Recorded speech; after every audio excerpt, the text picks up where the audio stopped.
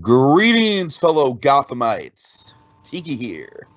And Bluedragonfive. Over 10 years ago, as the Dark Knight changed things forever, we lost the actor who made it happen. Heath Ledger delivered the ultimate performance that left us eternally wanting more. While we all thought we saw the last of his portrayal of the Clown Prince of Crime, two men unearthed amazing footage of what he might have done next. The job falls to us to comb over the files and documented exploits of Patient 4479 in this ultimate tribute to the role of a lifetime. Let's start today's session with car troubles. Well, we wanted to make the session, but we couldn't. We had car trouble. All right, so Dragon, this is another solid one. I'm not going to say this is like the best one yet or anything, but I'm really, I'm kind of still getting my bearings on kind of this new format that we have with, kind of like the things going out of chronological order. But Dragon, let me ask you this: starting here, are we going to get like kind of like a vaguely chronological recap of the night, or are we going to continue to jump around in time after this? No, let me put it this way. It's going to be chronological for a stretch. Okay.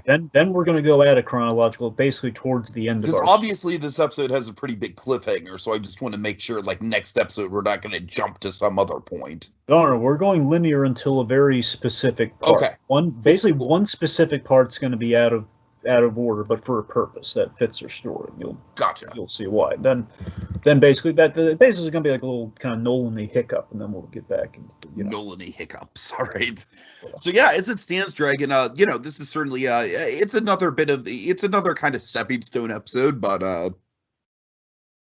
I assume the next one's going to be really big, and because we're really building to some horrific stuff.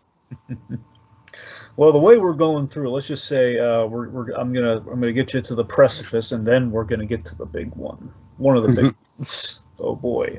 So we're almost getting there. Anyway, so a little bit of context. So this is the. I want to talk about Jeremiah Arkham for a second here. So of course, the wonderful Steve Maloney. He's very much in the forefront here, and here's a big moment. We finally saw someone's face. That was living, not Steve. Steve was dead. He didn't count. Second to Steve, we've seen a living person's face outside of the Joker's. This is pretty huge. The first time we've done this in the show. Yeah, not only do we see his face, I mean, he has literally more screen time than the Joker does. Yes. So this result of basically Steve Maloney, he was pretty much planned out to be what we saw already. It was going to be a small role. Like, okay, well, there's Dr. Arkham to put him in the story. We like that actor, but they really loved what he did, so they kept it up. And basically, what you'll see in kind of the next arc, if you will, is that he's going to have a lot more screen time. In that they just really they expanded the role. He was so that Tom Cruise movie Collateral. Yeah. Kind of got like a vaguely similar setup going on here where it's like, like the criminal and then like the unwilling driver. Oh, yeah, there's definitely some of that going on here. There's some found footage. Yeah. To it. And basically, what you'll notice with Dr. Arkham here and going forward in our story is the big thing I think that they really latched on to is him being, him being a doctor. He takes this sarcastic tact of acceptance in his approach with the Joker, which is a smart tactic to take. Where he's not saying no or making any kind of stupid mistakes here necessarily. He's just going along with it because he doesn't have a choice, and he's kind of being a little sardonic about it because it's kind of how the heck do you approach dealing with the Joker? Well, you don't say no, but you still kind of have somewhat of a firm stance. It's like how Paul Dini, I think, best described the Joker as like a tiger in the Amazon jungles. When you come across it, you're dead, you're terrified, you're gonna be wetting yourself. You have no idea what you're gonna do. So basically, the road trip. The next couple episodes is definitely a road trip component, and it has begun here with a few terrifying pit stops. And I have one pretty major nitpick with this episode, but we'll get to it. It's like it's honestly nothing to do with the story. It's just like a plot convenience. Like you can maybe guess what it is, but we'll get there. We'll kind of build to it. It's a little bit of a gimme, if you will. Sure. All right. All right. So, so yeah, and again, obviously, we've changed up the format dramatically here, and that we're now on the road. We have people's faces in the equation now, and yeah, there's an uneasiness in that. Okay, we the rules that we've played by so far, they're getting broken. That's kind of scary. That's where we start. Okay, so let's start breaking it down. So officially, so this is probably the most horrific title scene yet. Just like the nails on the glass. Are you freaking kidding me? Yeah. The nails, like kind of the nails on a chalkboard sound. As we're keying the side of Arkham's car, which I don't know if they used the act. I think what happened is they found like a sheet of metal. That's what I assume, because they don't want to damage a car like that. It's either that or like a wax key or something. I'm not sure. I don't know how they I mean, if you want a real commitment to it, they could like go to a junkyard and get like a junker car and do that. But... Yeah, which is possible. They might have done that for all I know. I'm not sure how they did, but I'm saying that's probably that. It's either that or a sheet of metal is what I'm betting money on, because it sounds so right up. Yeah. So right off the bat, Dragon, I really love this directorial choice of just having the actor. Of course, we have a dash cam, which is a very clever. It's yet another thing in the found footage arsenal that they're using. I'm loving all the creative uses of found footage, Dragon. You know me, I can't get enough of it. But they have this take of like the actor just just kind of like, of course, this is like right after the Joker is broken out of Arkham. So he's just like, he's going into his car, he's smoking a cigarette, and you can kind of see him just kind of processing the situation even before the Joker makes his appearance. And I thought that was a really smart directing choice to kind of like give the actor the space to kind of like, get our attention before the Joker even shows up. Yeah, Maloney is really impressive in this show, Tiki. He actually, again, the more time you spend with him, I think the more you're going to like him. At least that's kind of my experience with him. Because he has like a professional actor. He really knows his stuff. And like they were really excited to get him, because he likes to explore the space with moments like this. That's kind of what he does. So yeah. So we have like Dr. Arkham having his realization, kind of like he makes that CSI Miami kind of Caruso. Yeah. Where he says, "That's my camera." So the idea is that Joker took a camera, possibly two. We're going to get into it later. I think there's like a second camera he might have taken. Point is, he has like the camera from inside put on the dash of his car, and he's now noticed it.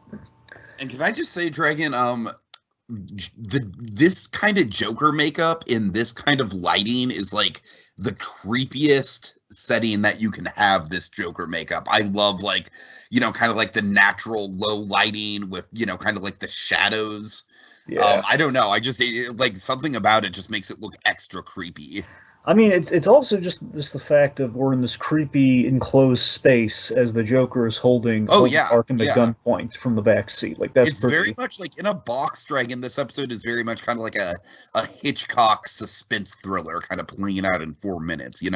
Oh yeah, and if you think this is just scratching the surface of how how tense we can get, Tiki, just trust me, we're gonna get really tense in that episode I've been hyping up. So, oh boy. Anyway, so of course Joker's like, don't put his hands on the wheel. Like, how's it going, Doc? And this is where we get again. He's not super sarcastic yet. That's going to develop as it goes on. Is it a little bit of a missed opportunity that the Joker didn't use the "What's up, Doc" line? Just throwing it out there. It's a fair point, but then maybe Joker doesn't want to steal iconic. Yeah. I don't want to steal he says, someone else's material. I might be a criminal, but I'm not a bad guy. I'm not a plagiarist. I'm not a monster. Oh God! Now that we mentioned that, I just love the idea that Joker like a twisted moral code like that. You're a murderer, but I'm not a plagiarist. All right. Anyway, so again, like Arkham. That's what I'm saying. Arkham's kind of rolling with things here. Like he gives him a response of good. Again, we're not fully into the sarcasm yet, but it's kind of it's building. It's kind of there. All right, let's see. So, he tries to nip the situation in the bud, tries to talk some sense into him very briefly. He says, like, the police are looking everywhere for you. You're not going to get away with this. Well, they're not looking in the right spots because they didn't check the back of your car. No, they did not. Yeah, and like you said, he's just kind of like you can clearly see on his face he's trying to process, like, he's a very quick thinker in his reactions, and that can kind of just like, yeah, you're right. I'm in this situation. All right, let's go with it. The beautiful irony of Arkham's role in our story right now that I really love is that what we've been building in the background through Harleen, and even with even going to the last episode, Dr. Cavan. Well, a couple episodes back because we did the non-linear thing. Dr. Cavendish and Dr. Quinzel. They're talking about how Arkham has mismanaged his family's hospital and everything. How he hasn't been taking the proper precautions and everything. And I love that this is like Arkham's penance for like making those mistakes. Where you thought everything was in hand, all tidy and secure. Well, this is what happens. This is what happens when you don't listen to the people who are advising you sometimes. So he's basically in for like the worst night of his life. That's kind of what's happening here. It's also there was this Paul Dini story, it's a Christmas story actually. I think you'd like it. It's called Sleigh Ride, where basically Joker kidnaps Tim Drake Robin, puts him in the car with him in the passenger seat, like duct tapes and ties him up, and basically goes on like a killing spree inside of a car, and it's up to Tim Drake to figure out a way out of the situation. God. So it's this kind of like, again, kind of a Joker taking a hostage in the car situation. So it's a little indicative of Dini, which I really appreciated. So, yeah. And of course, so let's see. So Joker saying, "It's a nice car, Jerry." I love how he calls him Jerry, by the way. It's just so... And he just, like, straight up puts his foot, like, right in his face, and he's like, "Need to get this ankle collar off of me if I can leave the premises." Yep, not going anywhere without the bar collar on my foot. The combination. Do it.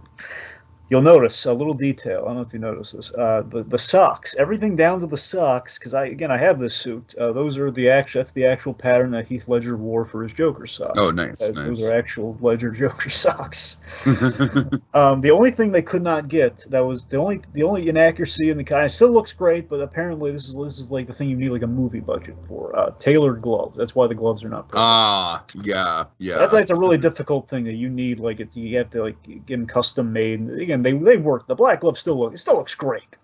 Yeah. Anyway. So the bar collar is the reason he hasn't left the grounds, which is why Joker was so clever of his escape, because they would have instantly found him if he wandered off the premises, because it would have sounded his location and everything. So he's been really smart about this. And again, so far, Joker, think about it. He in his plan right now, he needs a car. A hostage wouldn't hurt. And let's just say there's some other reasons why he's targeted Dr. Arkham. And in the bar collar, big thing, it's kind of keeping them down. So a lot of this is making sense of the Joker's twisted way. Mm-hmm. All right, so nice car, Jerry. Thanks. So this is, in this car, the world is your oyster. In fact, this car reminds me of an oyster. You know why?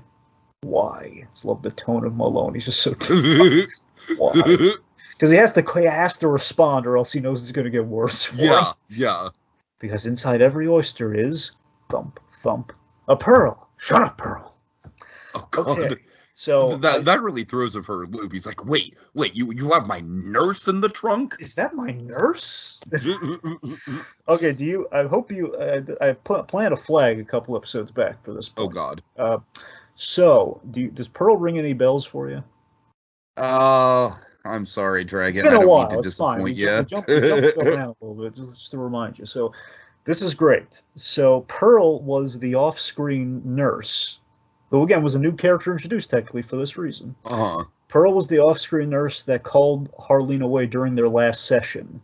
It says, like, Dr. Quinzel, your husband's waiting in your office. Your fiance's waiting in your office. So okay. Yeah. And he never saw Harleen again, so he won. She interrupted. He was about to show her the painting. So, little vendetta against Pearl for interrupting and also taking Harleen away from him. So he would never see her again. So this is his revenge. He put that nurse in the trunk of the car. Also, Dragon obligatory and Pearl reference. Only ended by, shut up, Pearl. The Joker, Jeremiah Arkham, and Pearl. All right. Anyway, she gets cranky biting the trunk. I mean, I thought it's really cool. It has like all these microaggressions, as we intimate in this episode. Like three people that wronged him in Arkham, he's definitely getting revenge. No, just to be clear, Dragon, you said that that wasn't the last time we see Harley, right? Just for the time being. What was the last time he? Well, what you mean the last time we saw Harley? You mean the last time he saw? No, Harley? In the series, like Harley, like that's not the last time she shows up in the series, right? Right? She's coming back. Yeah, I'm just okay. saying, Okay, I'm sorry. Your wording was your wording kind of threw me off a little bit there. No, it was the last time he saw her before. That's again again he's leaving to do some stuff, obviously. So, sure. Anyway, That was the last time he saw her, and again, she said she was leaving, so basically Pearl took her away from her. Uh-huh. Right. Okay, so again, just Joker's getting revenge on everyone for these, like, microaggressions turned violent, essentially. Right. Okay, let's see. So Joker instructs Arkham to play it cool with the guard coming up, like, no tricks. I'd hate to make a mess in my new car. All right, so Dr. Arkham, he chats up the guard here. By the way, is Andrew DeVary. I'm pretty Okay, sure. this is my gimme. Dragon, I don't buy that the guard wouldn't see the Joker just kind of like low-key just hunching in the back seat. Piggy, it is Gotham and this is Arkham Asylum, though. We've seen how I lax security know, but was. like I don't like, especially because they emphasize that it's like everyone's on high alert. It's like I don't know, like Dragon, here's the thing. I'm gonna give it a gimme, like I'm gonna give it an I don't care just because like I get that visually we need to see the Joker in the shot. But I would have at least liked to have seen the Joker, like, like lie down on the floor or something in that moment. I mean, sure. Yeah, it's a cheat for a shot. It's Yeah. it is. I mean, the idea is he didn't Dragon, see it's it. literally the one moment in the episode that pulled me out of it. So, Also, the implication's a dumb guard too. I mean, come on. Sure. It's the fact that Arkham has made mistakes in the hiring process, which again will kind of get called upon later on, that we get better guards in the future. So it's sort of like that's kind of a. I mean, now granted, I mean, the fact that you're kind of not saying anything, like, I don't know, it's like I'm guessing that it's not going to be revealed that this guard is on the Joker's payroll. No, But, we don't go the full Kingpin here, Tig. But I'm saying, like, given what we've seen in the Nolan film, like that's not off the table. Like, that was kind of like one of the big cards in his playbook. You're right. It's not off the table, but not this guy. Okay. All right. Believe me, there are some surprises I could tell you, but I'm not. All right. So let's see. So point being, Arkham here, he tries to clue in this guard subtly. It's like, let's just hope finally getting out of here, right, Dr. Arkham? Yeah, let's just hope the worst is behind us. And you'll notice the Joker kind of pokes him behind us. Yeah. He kind of pokes him. Yeah. He's like, hey. I heard that. What did I just say? No game. All right, okay, let's see. And of course, I love this. If you notice, like Maloney here with the cigarette prop here, he's trying literally blowing smoke signals to the guy practically. Like, hey, I'm in trouble. Did you not notice? He just says, yeah, let's hope so. All right, so they're off the lot, and then we have, of course, Joker's like, yeah, I know what you did there. It's again being smart enough to call him. I'm like, no, the best is yet to come. Now take your top off. This is great. There's a run or two. The whole get your mind out of the gutter. This whole like, wait, what? I'll get your mind out of the gutter. Take the top of the convertible. Yeah. So yeah, of course, Joker getting cocky. He's riding in style, doing a little bit of kind of that Dark Knight kind of police car thing, I mean, maybe not enough of it, honestly. Like, I wanted to see a shot of him just like totally just. I mean, granted, again, I kind of have to like sort of, I don't know, it's a tiny little nitpick, but it would have been fun to see him like literally like stick his head out of the car. But anyways, he's kind of. I get why we can't do that though, just because we couldn't just based on the the camera work, like there'd be no way to move the camera to show him doing that pose. I got him out in the open air for a bit. I don't know. Yeah. So he's kind of like leisurely out of the car. It's not exactly an intense, like cathartic experience. It's more of like I've turned the director of Arkham Asylum into my personal chauffeur. I can fall asleep if I want to. Anyway, so this is a big thing. This is gonna file this away. This is for soon stuff that's coming soon. All right. He's asking Arkham. Ask him. He's making casual conversation. He's just like, "Did you take the picture of my wife again?" Oh, of course I did. I'm looking forward to the real thing. Well, yeah, I mean, Dragon, I assume that's coming soon, yeah. Oh, yeah, just Dr. Arkham is in big trouble, Tiki. He is in big trouble. Where are you heading, by the way? I was going home. Hey, what a coincidence. So am I. That was a great beat to end out on right there. Bright side, now we can use the carpool lane. I think the best line of the episode. Now we use the carpool lane. Okay, but first, we need to stop for supplies. You wouldn't happen to know where Lyle lives, would you? Why? I think we need to make a little house call. Just making a little house call. Oh God. Oh boy, and that's going to be where we're going to check in next time. Just wake me when we're there, and oh boy, I love that cockiness where it's like he's just full on like, yeah, I'm gonna fall asleep, and you're not gonna do anything about it. Yep, because he knows he's going to incur his wrath. Right. Unless he can pull up next to it, unless he can pull up next to Batman on the Bat Pod somewhere, he's doomed. Unless he can unless he's like Charlie from the like Charlie Collins from from the Joker's Favor, he construct a makeshift bat signal. Oh God, can't do it.